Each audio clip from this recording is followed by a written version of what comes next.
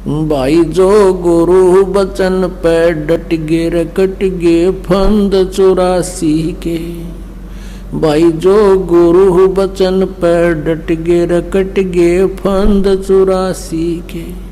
Cut गे फंद 84 के रकट गे फंद 84 के।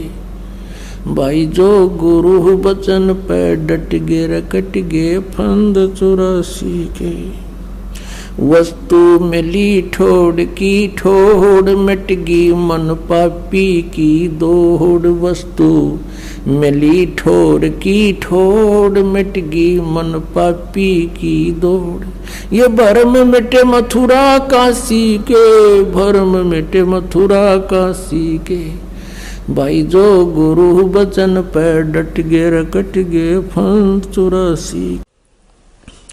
तो यहाँ बीड़ी शराब मांस तंबाकू और किसी प्रकार का दहेज बकवाद सांग सिनेमा फिल्म ये बकवाद नहीं देखनी, ये मैच नहीं देखने आपने। अब क्योंकि जब हम साधु हो जाएंगे संत हो जाएंगे, जब हमने पता लग जाएगा कि देखा है कोई देखने की चीज है, ये ताश खेल रहे हैं ल मार बेगम हर के में लेना नहीं देना, क्यों मन में बकवाद चाहिए और सारा दिन सुबह से लेकर शाम तक लेप कर देखेंगे। और इसी तरह ये मैच क्रिकेट के मैच 3-3 दिन आंख पाड़े बैठे रहे, क्या मतलब है इसका? अपनी भक्ति करे, मालिक ने याद करे, वह खेलना और हम देखा। जैसे मैं लड्डू खाऊं और तुम देखो, ओहो वो 2 खा गया, तुमने क्या मिला बोले आदमियों। तो ये बालक बुद्धि से हमने थोड़ा हटके चलना पड़ेगा। वह तो अपने पैसे कमाओ करोड़पति हो गए हैं, अरे ये भोली आत्मा उड़ बैठे बेमतलब टीवियां पर बैठे रहे, काम भी छोड़ दे। तो ये सारी बीमारी इस आधुनिक उपकरण का दुरुपयोग से होगी। ये फिल्म बकवाद गढ़ दी सारी उल्टे सुलटे हैं। किसी ब्याह दिखाओ लड़की का एडवर्टाइजमेंट करो न घोड़ा पर बोझों पर डीजे, वह बीमारी सारे समाज में ठोक दी। और हम इससे उल्टा हटाएंगे। भक्ति तभी से रखना, अगर आपने जूते ही रखने हैं तो चाम के नहीं रखना, क्योंकि ये पशुओं को बेरहमी से मारा जाता है और उनसे काट कर ये चाम तैयार किया जाता है। पहले पुराने समय में जो चर्मकार यानी चमार जो जूते बनाते थे वो जीवित पशु को नहीं मारते थे। पशु मर जाते थे, उनकी खाल उतार करके अपनी मेहनत से उसको फिर जूता बनाने योग्य तैयार कर लेते थे। अब वर्तमान की तरह एक एक व्यक्ति 6-6 जोड़ी जूते नहीं रखता था। एक जूता जोड़ी, वह भी कति टूट ले लित्र बन ले, उसके फिर थेगड़ी लवाए जाते थे और पहनते रहते थे। अब वर्तमान में तो बहुत जुल्म हो रहा है। भैंसों को, काटड़ों को, गौओं को बढ़िया चाम बनाने के लिए एक ऐसा केमिकल प्रयोग करते हैं, जीवित को भूखा रखते हैं, प्यासा रखते हैं, ताकि वो मांस समाप्त होकर के और चाम में समा जावे। और उसके जीवित के ऊपर ही वो फिर कहते हैं बहुत जबरदस्त गर्म पानी डाल देते हैं, वो फूल जावे और वो पशु बहुत बुरी तरह चिल्ला रहा होता है। फिर उनको काट दिया जाता गर्दन से और फिर वो बढ़िया जूते बनाए जाते हैं। तो पुण्यात्मा, जिस दिन से इस दास को ये ज्ञान हुआ है चाम के जूते, चाम की बेल्ट उसी दिन से त्याग दी थी। ऐसे ही आप जी को चाहिए कि चाम प्रयोग ही करना बंद कर दो, फिर अपने आप इन जीवों की हिंसा बंद हो जाएगी। मांस खाना बंद कर दो, अपने आप सुधार होना शुरू हो जाएगा। ये बातें कहन सुन से नहीं, ये किसी तरीके से इनका अंत किया जा सकता है। आजकल और अन्य बहुत अच्छे ट्रैक्शन वगैरह के जूते आते हैं, उनको पहन लीजिए। और जैसे मिलिट्री वगैरह में है, वो सरकारी मामला है, गवर्नमेंट का है, वहां आपको दोष नहीं है वो कैसे जूते पहनने को दे। प्राइवेट फिर आप वो नहीं पहनोगे, केवल ड्यूटी के समय वो पहन सकते हो, उसके बाद अपना दूसरे सिंपल चप्पल पहन लो, चाहे हवाई चप्पल, ये भी बढ़िया है। हमने अपने पापों के जो सोर्स हैं उनको खत्म करना है और जो पुण्य के सोर्स हैं उनको बढ़ाना है। परमात्मा कहते हैं, जा दिन सतगुरु भेटियो वो दिन लेखे जान, बाकी समय गंवा दिया बिना गुरु के नाम। परमात्मा बताते हैं कि जिस दिन आप जी को पूर्ण संत से उपदेश प्राप्त हुआ, आपका वो जन्मदिन है, वो आपका हैप्पी बर्थडे है। बाकी जो हम पहले लोक वेद के आधार से बर्थडे मनाया करते थे, वो हमने अब नहीं मनाना।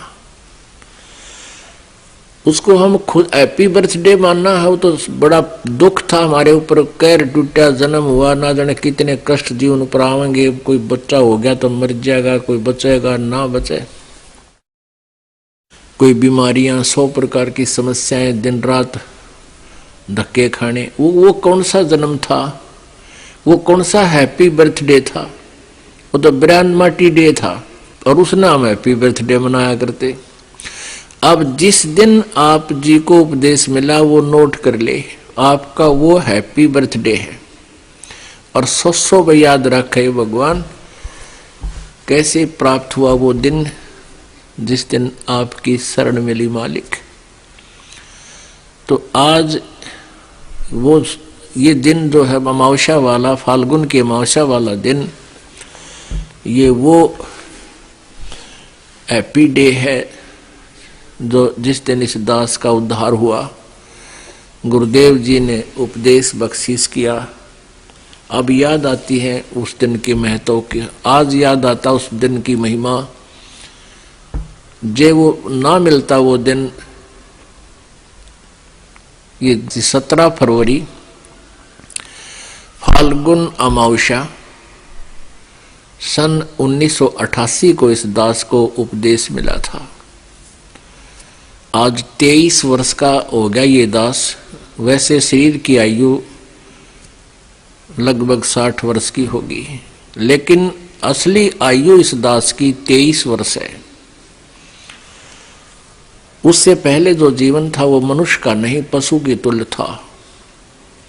पशु भी वही कर्म करते थे, ये दास भी वही कर्म करता था। और जिस दिन से गुरु मिले हैं, उपदेश मिला है, उस दिन से हमारा जन्म है। हमने मन जीती बनना पड़ेगा। कहे कबीर और सब दुखी एक संत सुखी मन जीती हो। आप मन जीत के नो मन जीता जाएगा भगवान के ज्ञान से। जैसे अज्ञानता में अनजान बालक विष पड़ा हो, चाहे कितना ही पड़ा हो, पूरा खा जाएगा। और जब उसको पता चल जाएगा विष का एक कण कण भी कहीं गिरा हो और ये पता हो कि ये विष है, उसको छुआ नहीं का, उसको तो मिट्टी में दबाओगा, नीचे कोई और भी ना खा ले। जैसे किरका जहर का रंग होरी हो, कहो कौन तिस खावे राम रंग होरी हो। अब क्या बताना चाहते हो कि तुम होरी माने खुशी मना रहे हो और करो खाओ जहर सारा दिन, दूसरों की बुरी सोचो, बुरी नीत रखो, रिश्वत लेते हो, फलान मिलावट करते हो, और तुम होरी मनाने की भी इंतजार कर रहे हो, खुशी भी की आशा करते हो। ये ऐसे आपके घर में होरी यानी खुशी नहीं हो सकती। होरी कैसे होगी? जैसे किरका जहर का रंग होरी हो, किरका माने कण, और कहो कौन तिस खाव राम रंग होरी हो। कि जिसने में पता लगा जहर है फिर कौन खाओगा। और फिर देखियो इस राम रंग परमात्मा की तरफ से आपको कितनी होरी यानी खुशी मिलेंगी। तो फिर हमें ये जहर दिखाई देगा। और 100% वैसे हम किसी का दूसरा के में लेते हैं, जैसे हम दहेज लेते हैं। अब गरीब आदमी अपनी बेटी को पराई करने के लिए, सामने वाले उस भेड़िए का मुंह बंद करने के लिए चाहे कुछ भी करना पड़े, बेटी पराई करनी है, ऐसी समस्या उसके सामने होती है। और वो व्यस खा रहा उसको पता नहीं, और वो दुख पाकर आत्मा मोस के कहीं से कर्जा उठा कर बेटी पराई करता है। अब हमने ये प्रतिज्ञा करनी है कि ना दहेज लेंगे ना देंगे, चाहे ब्याह हो चाहे ना हो। और क्यों कैसे ना होगा? वाह भाई वाह, भगवान ने संस्कार जोड़ रखे, उसने मिटा कौन देगा? वो तो जबरदस्ती होगा, ना चाहते हुए भी होगा।